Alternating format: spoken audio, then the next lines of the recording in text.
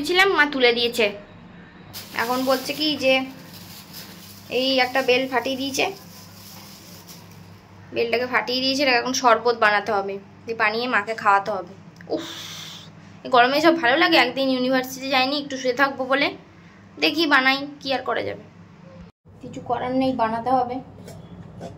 Bell দিয়েছে, দেখি কি করি। বেলগুলো তো আবার দেওয়া যাবে না সমেত সমেত, এর মধ্যে থেকে বীজ ছাড়াতে হবে। এনার্জি লাগে না কাজে একদম। ছুটি মানে একদিন নিজের জন্য সময় নিলে তার মধ্যে এসব ভালো লাগে। আমি প্রথমে ভেবেছিলাম কি বেলটা করবো না, মাকে জন্য মিথ্যা করে বললাম বেলটা ফাটাতে পারছি না, তারপর দেখি বলতে গিয়ে ফাটিয়ে নিয়ে চলে এসছে। বেরও তো করতে পারছি না, দেখি কিভাবে বের করা যায়। বের করতে না পারলে আবার মায়ের কাছে যাবো।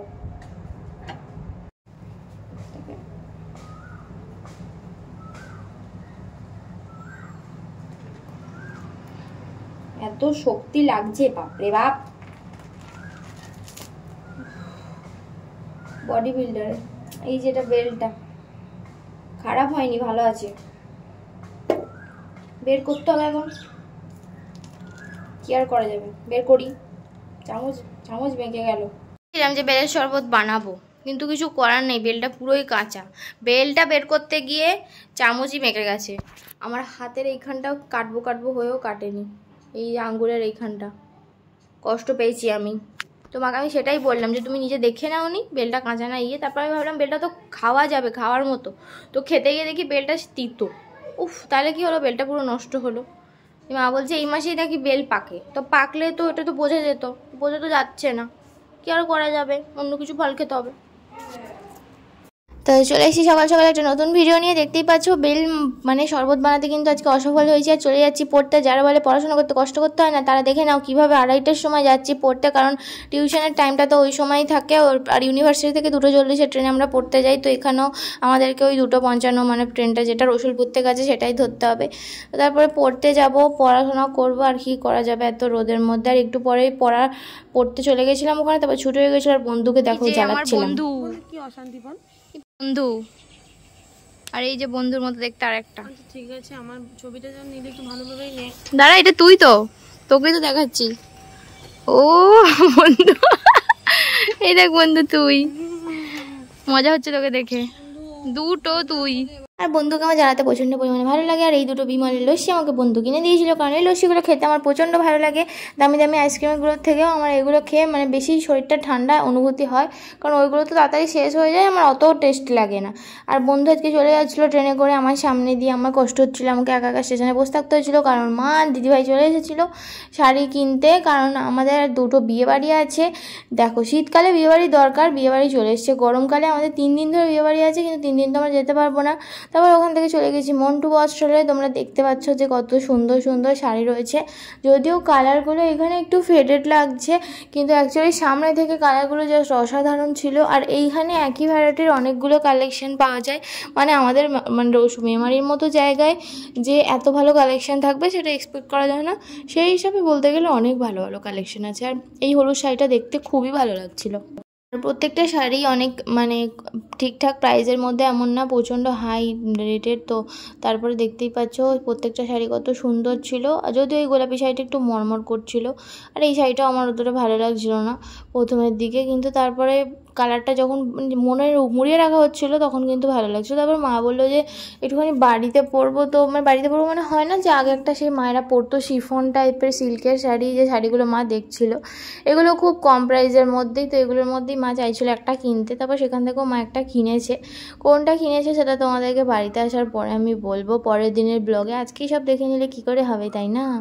যদিও আমরা 3টে শাড়ি কিনেছি, আর এই শাড়িটা কিন্তু আমার সামনে থেকে অসাম লাগছিলো, কিন্তু ওরা যখন যখন পুরোটা মোড়ানো ছিল তখন একরকম দেখতে লাগছিল, যখন খুলেছে তখন একরকম। ওরা বলছিল এটা ডুয়েল টোনের শাড়ি, মেরুন সুতো দিয়ে করা, আর সেম এই নীল এইটাও তাই লাগছিল। যখন প্যাকেটে ঢোকানো ছিল দেখো কালারটা কত সুন্দর লাগছিলো, বের করার পরেই কালারটা কেমন একটু ফেড হয়ে গেল। যদিও আমার পার্সোনালি কালারগুলো প্রচণ্ড পরিমাণে ভালো লাগে, কিন্তু আমাদের গায়ের রঙ তো অত একবারে সাদা ধবধবে ফর্সা নয়। আর সবথেকে বড়ো কথা, ধরো যাদের বিয়ে হচ্ছে, কারোর গায়ের রঙ নিয়ে কিছু কথা বলতে নেই, কিন্তু তবুও মানুষের একটা মানে পছন্দের কালার থাকে, এমন কালার তাকে দিতে হবে যাতে যা যার যেমনই গায়ের কালার হোক না কেন তাকে দেখতে যাতে সুন্দর লাগে। আমি যদি ভুলভাল কালার নিয়ে চলে আসি। আর এই দুটো শাড়ির মধ্যে একটু কনফিউশন হচ্ছিলো যে কোন শাড়িটা বেশি ভালো, যদিও আমার ছোটো গুটিটা বেশি ভালো লাগছিলো। আর আমার বড় গুটির থেকে ছোটো গুটি সবসময় বেশি আগে থাকে। আর তারপরে আমরা চলে গেছিলাম চাদরের সেকশানে, কারণ আমাদের গরমকাল তো চলেই এসেছে। বিছানার চাদর যদিও বাড়িতে খানিক কটা রয়েছে, মেশোতেও 2টো অর্ডার দিয়েছি, সেগুলো আসতে চলেছে। তারপরেও আমরা দেখে নিচ্ছিলাম, কারণ কি আর করা যাবে, গরমের মধ্যে তো চাদরেরও করতে হবে। আর চৈত্র সেলে আমাদের বেরোনো হয়নি কেনার জন্য, উচিত ছিল চৈত্র সেলেই বেরিয়ে কেনার, কিন্তু কি করা যাবে, টাইম হয়নি। আর আমার এক্সামের টাইমও ছিল, সেই সময় অতটা চাপের কারণে হয়নি। আর এই চাদরগুলো দেখতে পাচ্ছ খুবই ভালো লাগছিলো দেখতে। ফার্স্টে তো আমরা এই লাল চাদরটা দেখছিলাম, এগুলো কিন্তু ফুল কটন ছিল। প্রথমে আমরা হাত দিয়ে বুঝতে পারছিলাম না, তারপর ওরা বলার পরে বুঝতে পারি। এই চাদরটাও খুব ভালো লাগছিলো, কিন্তু এই চাদরটার মধ্যে না হলুদ হলুদ দাগ ছিল। আর তারপরে আমাদের শপিং যা ছিল সেগুলো করা হয়ে গেছে। এবার কোন শাড়ি কী কিনেছি না কিনেছি সেগুলো তো তোমাদেরকে বললাম, বাড়িতে এসে দেখাবো। এখন থেকে তো তোমাদেরকে বলা যাবে না, একটা শাড়ি তোমরা দেখে নিলে, আর বাকিগুলো তোমাদেরকে পরে দেখাবো।